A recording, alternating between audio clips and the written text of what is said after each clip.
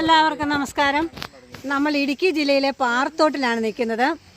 റെജി പുരയിടത്തിൽ ആ ചേട്ടൻ്റെ വാഴത്തോട്ടമാണ് നമ്മളിപ്പോൾ കണ്ടുകൊണ്ടിരിക്കുന്നത്. എത്ര വർഷമായി ചേട്ടാ വാഴ കൃഷി ചെയ്യാൻ തുടങ്ങിയിട്ട്? 17 വർഷമായി കൃഷി ചെയ്യുന്നുണ്ട്. ഇതെപ്പോഴാണ് നമ്മളിത് കൃഷി ഈ വിത്ത് മെയ് മാസം വാഴ വിത്ത് വെക്കും. അതെ അല്ലേ? അത് ഒരുപാട് താഴ്ചയൊക്കെ എങ്ങനെയാ? ഒരു അടി അരയടി താത്തി കാന കയറിയിട്ട് അതിനകത്ത് വെച്ചിട്ട് ഒരു 5 അടി ആത്തി വിത്ത് വെച്ച് മൂടും. അത് കഴിഞ്ഞ് വളം വളത്തിന് പിണ്ണാക്ക്, സറാമല്, എല്ലുപൊടിയൊക്കെ ഇടും. അപ്പൊ എത്ര നാളത്തോണ്ട് ഈ വാഴ നമുക്ക് കായ്ഫലം തരാറാകും? കാവല് 7 മാസം ആകുമ്പോഴത്തേക്കും കൊല ആവും. അതെ അല്ലേ? ഇപ്പൊ ഈ വാഴ കൃഷി ചേട്ടൻ ഇത്രയും വർഷമായിട്ട് നടത്താൻ തുടങ്ങിയിട്ട് നല്ല ലാഭകരമാണോ? ഇല്ല, ലാഭം ഉള്ള സമയം ഉണ്ടായിരുന്നു. ഇപ്പൊ ഒരു കുറച്ച് വർഷമായിട്ട് നഷ്ടത്തിലാണ്. വിലയിലിടിവ് അല്ലെങ്കിൽ കേട് അങ്ങനെയൊക്കെ ഇതുണ്ട്. അതെ അല്ലേ? അപ്പം പണിക്കാര് എങ്ങനെയാ, തന്നെയാണോ ജോലിയൊക്കെ ചെയ്യുന്നത്? അല്ല, പണിക്കാരുണ്ട്. ഇത്രയും വാഴയുണ്ടല്ലോ. എത്ര ഏക്കർ സ്ഥലം നമുക്കുള്ള സ്ഥലം മൊത്തത്തിൽ എല്ലാം കൂടെ 10, 20, 24 ഏക്കറുണ്ട്. ഈ വാഴ മൊത്തം ചെയ്തിരിക്കുന്നത് എത്ര ഏക്കറിലാ? വാഴ ഏതാണ്ട് ഒരു 6 ഏക്കറോളം അടുത്തുണ്ട്. ഇവിടെ മാത്രമല്ല, വേറെ താഴെ മഴയുണ്ട്. അതെ അല്ലേ?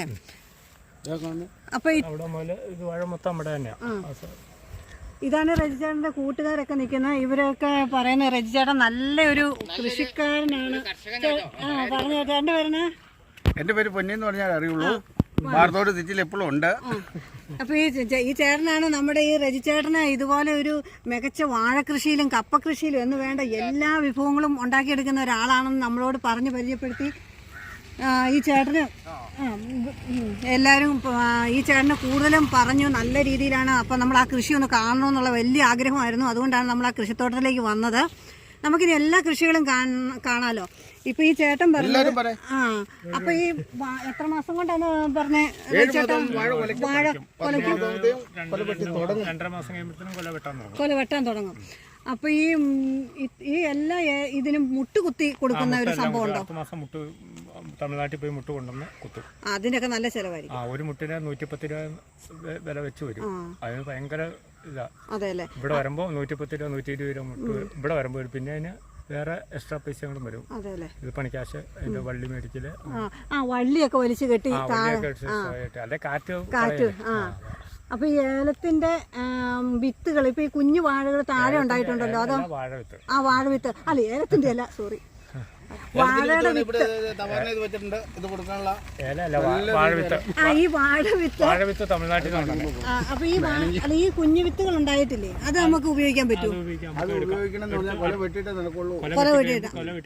അത് വിൽക്കാനാണുള്ള ആവശ്യക്കാർ ഇഷ്ടം പോലെ, രായക്കാടുകാർ വന്ന് മൊത്തം നമ്മുടെ വിത്ത് ഇവിടുന്ന് കൊണ്ടാണ്. അപ്പൊ ഇവിടെ വാഴയുടെ വിത്തുകളും വിൽക്കപ്പെടും കേട്ടോ. നമുക്ക് ഇവിടെ വിത്തുകാർ മൊത്തം ഞങ്ങൾ രായക്കാടുകാർ മൊത്തം കൊണ്ടും.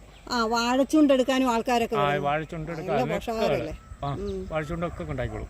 ചുണ്ട്, വാഴ, കൊലയെല്ലാം എല്ലാ സാധനവും നമ്മുടെ അതിന്റെ തടയല്ലാത്ത ബാക്കി എല്ലാം കൊടുക്കും. അപ്പൊ ഈ മഴക്കാലം അല്ലാത്ത സമയങ്ങളിൽ നമ്മൾ നനച്ചു കൊടുക്കാൻ ഇപ്പൊ വെള്ളം കെട്ടിയിട്ട് മോട്ടർ അടിച്ചുകൊണ്ട് വെള്ളം കെട്ടിയിട്ടാണ്. വെള്ളം കെട്ടിയിട്ടേക്കുവാണ് ബീച്ചേട്ടൻ. ഇത് മോട്ടറിൽ അടിച്ചു കൊടുക്കണം. വേനൽ മാസത്തിൽ എത്ര പ്രാവശ്യം അടിക്കണം? എന്നും അടിക്കണം? ഒരാഴ്ച ഒരു പ്രാവശ്യം നനച്ചു വിട്ടാൽ മതി. ഈ ഇന്നലെ നനച്ചാണ്, അതുകൊണ്ട് ഇപ്പൊ കുഴപ്പമില്ല. തണുപ്പ് കണ്ടോ? നല്ല തണുപ്പുള്ള വലിയ വെട്ടിയിട്ടിരിക്കുമെന്ന് തോന്നുന്നു. വെള്ളം കയറി ഇറങ്ങി പോകാനായിട്ട്. വെള്ളം കയറാത്ത സ്ഥലത്ത് മോട്ടോർ വെച്ച് അടിച്ചെടുത്ത് നമ്മുടെ റെജിച്ചേട്ടൻ്റെ വാഴക്കൃഷിയെക്കുറിച്ചുള്ള കാര്യങ്ങളെല്ലാം നമ്മൾ കേട്ടത്. അപ്പം ഇത്രയും നല്ല മനസ്സോടുകൂടി ഇത്രയും കൃഷിയിൽ ഇറങ്ങി ഇത്രയും അധ്വാനിച്ച്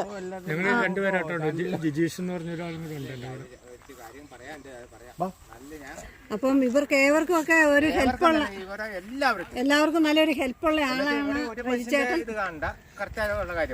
കറക്റ്റ് ആയിട്ടുള്ള കാര്യമാണ് ചേട്ടൻ പറഞ്ഞത്. അപ്പം റെജിച്ചേട്ടൻ എല്ലാവർക്കും ഒരു ഹെൽപ്പാണെന്നാണ് പറയുന്നത്. എപ്പോഴും ഏതാവശ്യം വന്നാലും നിങ്ങളുടെ കൂടെ തന്നെ ഉണ്ട്.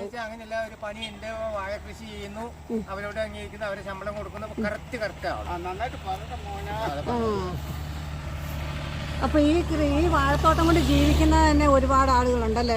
അന്യനാട്ടിലെ ആളുകളാണെങ്കിലും ഇവിടെ വന്ന് ജോലിയൊക്കെ ചെയ്തു. 6 ഏക്കറിനോടടുത്ത് വാഴത്തോട്ടമാണ് നമ്മളീ കാണുന്നത്.